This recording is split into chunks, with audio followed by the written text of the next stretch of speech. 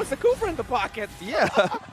I get it. It's his pocket pick. Yeah. I understand, but I just was not expecting it. So, yes. And I think it'll work great for whatever they want to approach this game with. But I think one of the biggest things, too, is just avoiding these lockdowns, especially from Kakadut. But, you know, what we've seen so far, too, with even Kaja picks here is sometimes it can backfire against you. Yeah, you have that lockdown, that single target lockdown, the Divine Judgment, but in times you could just misplace yourself and then just get bursted down, especially with Sanji here on this Barca pick. Still the same hero for the possible duo what we can get from Sanji and Sanford. Oh, look at that. Peel from Ryota up against Arlet, dealing a good amount of damage early game. So it looks like the Ryota seems very comfortable using that Tomza up against Arla. Quite aggressive, already forcing Sanford to go back first. Although with the timing of it, he'll be able to get back in time to clear the wave a little bit. Both teams taking it easy right now. Echo are gonna be putting a lot of focus on just making sure Benecutie gets his farm. They wanna disturb Nets as much as they can. The inevitable mid-game power spike of a Beatrix is undeniable. So if they can delay that and expedite the farm of Benecutie, all the better for Echo.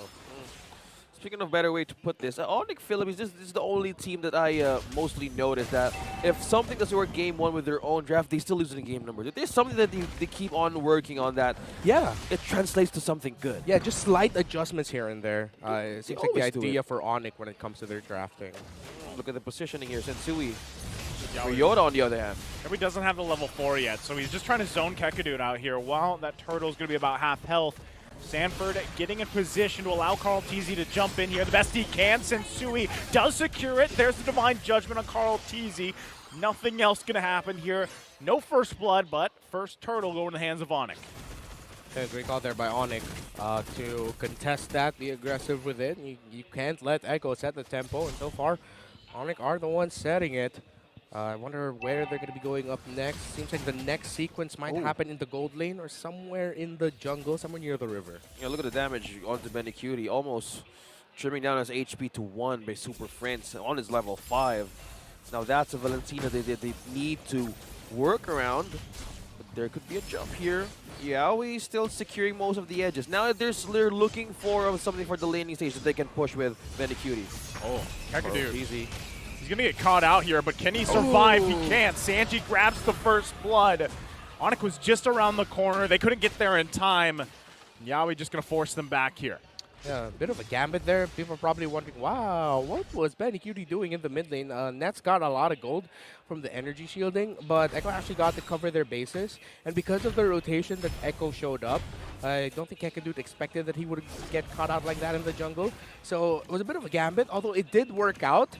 But this means that Nets is scaling is going to be faster, so which is why now Onyx are focusing on a sequence up here in the gold lane.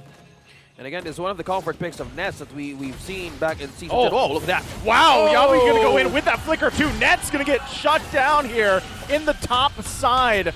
Already going down. Yawi will get pulled with Divine Judgment. A wall to the face as well. He's going to fall here. Look at the Blazing Duet. They get the stun off. Benecutie still trying to find a kill. Can't find it, but here comes Sanford with the final slash. Has the vengeance now. Carl Teasy backside. Gets it with the Decimate. And now Kakadut fall too. They all came from the side.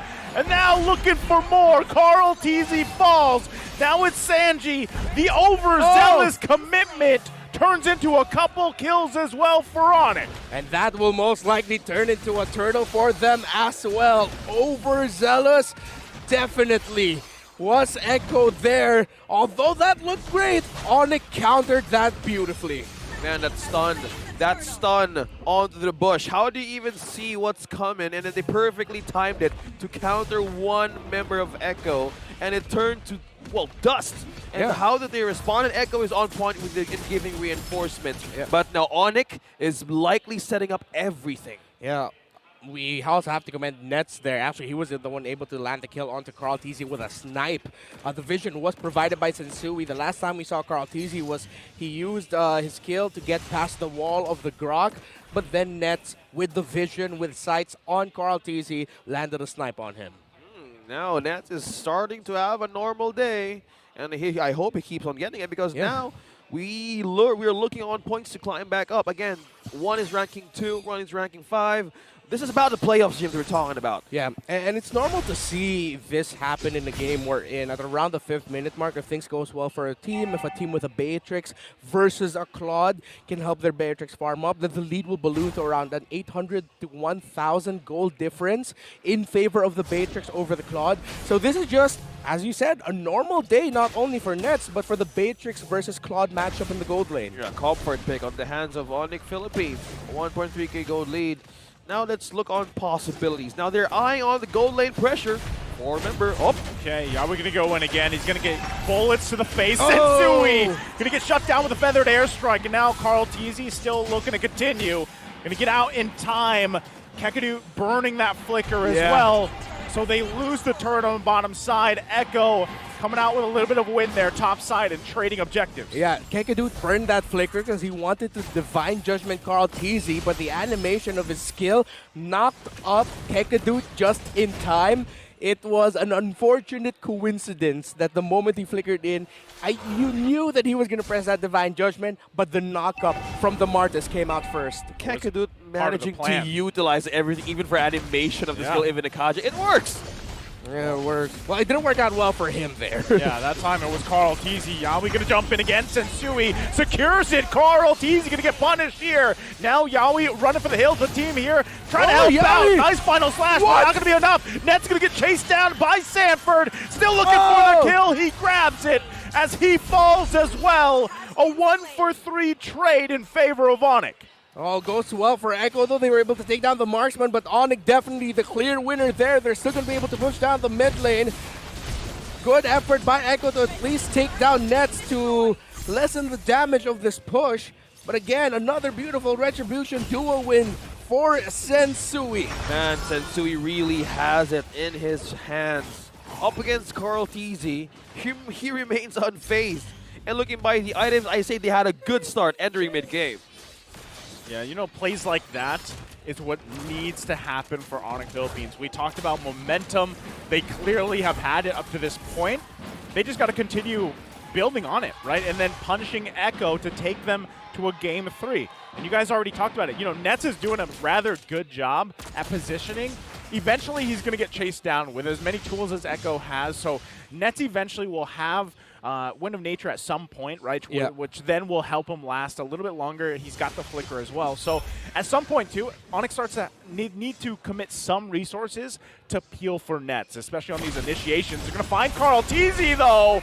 The damage is there as they just blast him out of the map. Carl Teasy down. And now Onyx, where do they make this play? Oh, that was a great position there by Onyx. They can make plays in mid and top, shove that so that they now have advantage over the Lord. They will naturally have the advantage, but they can press that even further. Make it difficult for Echo to even consider contesting. The snipe won't land here for Nets. Echo here might actually be able to contest just in time, unless Onyx decide to rush it. But Echo find themselves in a good spot to... Yeah, this is going to be a contest for the first Lord of the game. I know they have a Kufra, but one thing that Super Friends keeps an eye on for ultimates is that final slash of Sanford.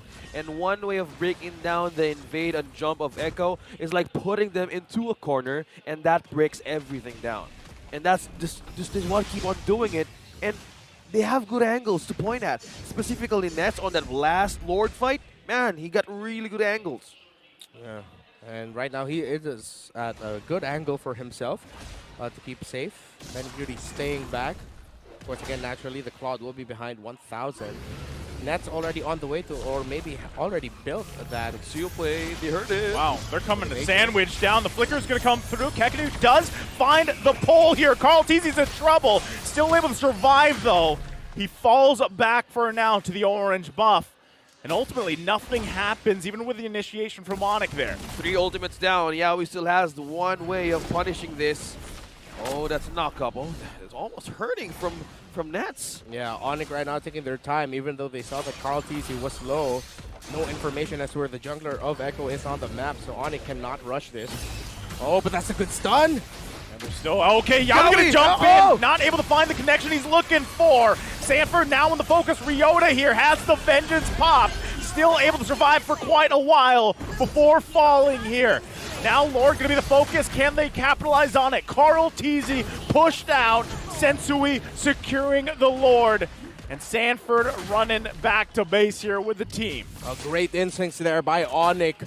The moment they saw Yaoi, good adjustment there. Used the dash to avoid what could have been an incredibly damaging setup coming in from the Kufra. With that sidestep, it was just a textbook reversal, a counter coming in from Onyx. Key items here already a Wind of Nature on the hands of Nets. You see here total damage are actually dealt by the mid laners, but that Tom's XP lane pick has been big for Onyx. Yeah. Ryota has been the anchor for team fights. He's been the one stopping Sanji and especially Benny Cutie from entering. I love how Onyx is adjusting right now. In terms of team fights, they're more capable of getting a pick off, right? They have the Kaja and they have the Grok. And one thing that they're waiting for is probably mistakes on who's going to make the first move. And on the other hand, their positioning, they're always know that Yaoi can come out of nowhere and how they able to use that space, uses all the resources for Echo to even get in for a counter punish.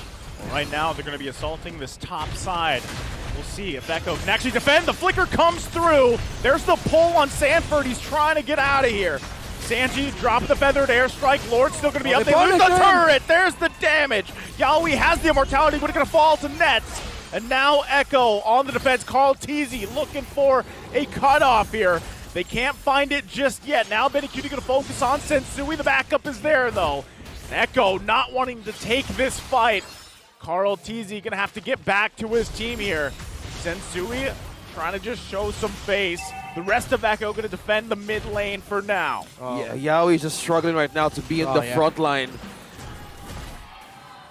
Yeah, every time he shows up himself there, Onyx are countering that really well. Yeah. Yaoi flies in. If Yaoi doesn't hit anyone, Onyx will counter punish immediately. So Yaoi needs to adjust his timings and his decision making when it comes to when he enters team fights a little bit more. Yeah, this was one thing I was about to ask you, Redmar. The defense right now of Yaoi, he has the immortality used. Molten Essence up against the defense now of Onyx. He can out-sustain some damage that they have on the lead right now. Yeah, it seems like he's going to be getting that Radiant Armor then eventually. He had to rush the Immortality because of the situations he found himself multiple times in. It's like, it was a sign like, oh, I keep diving in, but I keep getting punished. So yeah, I think I'm just going to pick up an Immortality to be a little bit safer right now. Because if Onyx aren't careful, if they pop that Immortality, but they blow their abilities and only pop the Immortality, that means Onyx are down a lot of key abilities to either escape or fight back. So that's the window that Echo needs to do, because right now we're counting off a bit of checklist on how they can go back for a comeback. So they need to respect the fact that there's always a possibility, and those mistakes, resources being depleted out on the Yellow Hedgehogs, could be one way of getting another, clap back. Can we just also point out the fact that Onyx has done an amazing job at not allowing Echo to get any space to work with aside from one turret so far in this game? That is huge. And that's why they're having such a big advantage around these objectives. So right now they're going to get the pull again. Carl Teasy all the way to the pit. Able to get out, though, for now. No backup to capitalize on that just yet. Kakadu now going to be in trouble. Sanford going to jump in. Waiting for the rest of the team. Goes in with a flicker, too. Can't find it just yet. Forcing Super Fritz back. Yaoi finds the stun. Two members are down for Onyx. And Echo still looking for more. Kakadu on the run. Sanji, one more hit. Finds it. That's the double. Looking for another. Ryota falls. And in a blunder for Onyx, Echo now charging down the mid lane. It was half blunder, half Sanford happened yet again. Death Timer's taken, Onyx running out of time. Sensui trying to defend with his heart and his life. Oh no, Sensui's the last one to defend the base, being slashed out. Sanji takes the kill. That's going to be it as Echo in a quick maneuver take the game from the momentum that Onyx had. And just by that, the world champs is saying, not today. A sweep up against the first.